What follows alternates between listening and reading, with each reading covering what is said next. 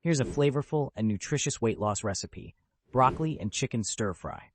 Ingredients: 2 boneless, skinless chicken breasts thinly sliced, 2 cups broccoli florets, 1 bell pepper sliced, 1 carrot thinly sliced, 2 cloves garlic minced, 2 tablespoons low-sodium soy sauce, 1 tablespoon sesame oil, 1 tablespoon rice vinegar, 1 teaspoon grated ginger, 1 tablespoon olive oil, salt and pepper to taste. Instructions: 1. In a large skillet, heat olive oil over medium-high heat. Add minced garlic and grated ginger and sauté until fragrant.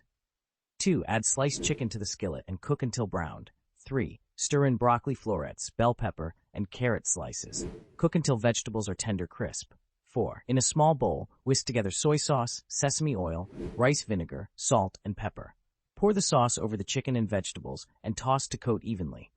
5. Serve hot and enjoy this delicious and filling meal.